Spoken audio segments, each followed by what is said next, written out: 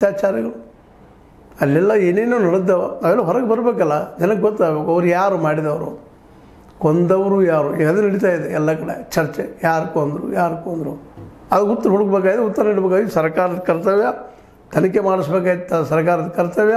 ಇವೆಲ್ಲ ದುರಂತಗಳಿಗೆ, ಈ ದೌರ್ಜನ್ಯಗಳಿಗೆ ಒಂದು ಏನಪ್ಪ ಅಂದ್ರೆ ಅದಕ್ಕೆ ಪರಿಹಾರವನ್ನು ಹುಡುಕಬೇಕಾಗಿದೆ, ತಪ್ಪಿತ ಶಿಕ್ಷೆ ಹುಡುಕುವ ಜೊತೆಗೆ ಇಂಥ ಘಟನೆಗಳು ಮರುಕಳಿಸಿದಂಗೆ ಆಗಬೇಕಾಗಿದೆ. ಯಾಕಂದ್ರೆ ಇಂಥದ್ದೇ ಪವಿತ್ರವಾದ ಕ್ಷೇತ್ರಗಳು ಕೊಲ್ಲೂರು ಮೂಕಾಂಬಿಕೆ ಆಗಿರ್ಬೋದು, ಇನ್ನುಳಿದ ಬಾಜುದಂಥ ಅನೇಕ ಶೃಂಗೇರಿ ಆಗಿರ್ಬೋದು, ಇನ್ನುಳಿದವುಗಳಾಗಿರ್ಬೋದು, ಅಲ್ಲೆಲ್ಲ ಇಂಥ ಘಟನೆಗಳು ಅಲ್ಲೂ ಸಹ ಪವಿತ್ರ ಸ್ಥಳಗಳ ಜೀವಗೊಳ್ಳಿಕ್ಕೆ ಹೋದಂಥ, ಆತ್ಮಹತ್ಯೆ ಮಾಡ್ಕೊಳ್ಳಿಕ್ಕೆ ಹೋದಂಥ ಅಥವಾ ಪ್ರಾಣಾರ್ಪಣೆ ಮಾಡಿಕೊಳ್ಳಕ್ಕೆ ಹೋಗುವಂಥ ಅನೇಕ ಜನರು ಇದ್ದಿರ್ಬೋದು.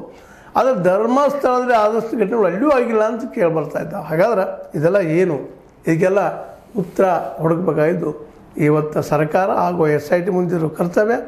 ಇನ್ನು SIT ಏನು ಫೈನಲ್ ಕೊಡ್ತಾ ಇದೆ ವರದಿ ನೋಡಿದ ನಂತರ ಮತ್ತೆ ಚರ್ಚೆ ಮಾಡಿದ್ರೆ ಇದು ನಿರಂತರ ನಡೀತಾ ಇರ್ತದೆ. ನಿಮ್ಮ ಅಭಿಪ್ರಾಯ ತಿಳಿಸ್ತಾ ಇರ್ರಿ.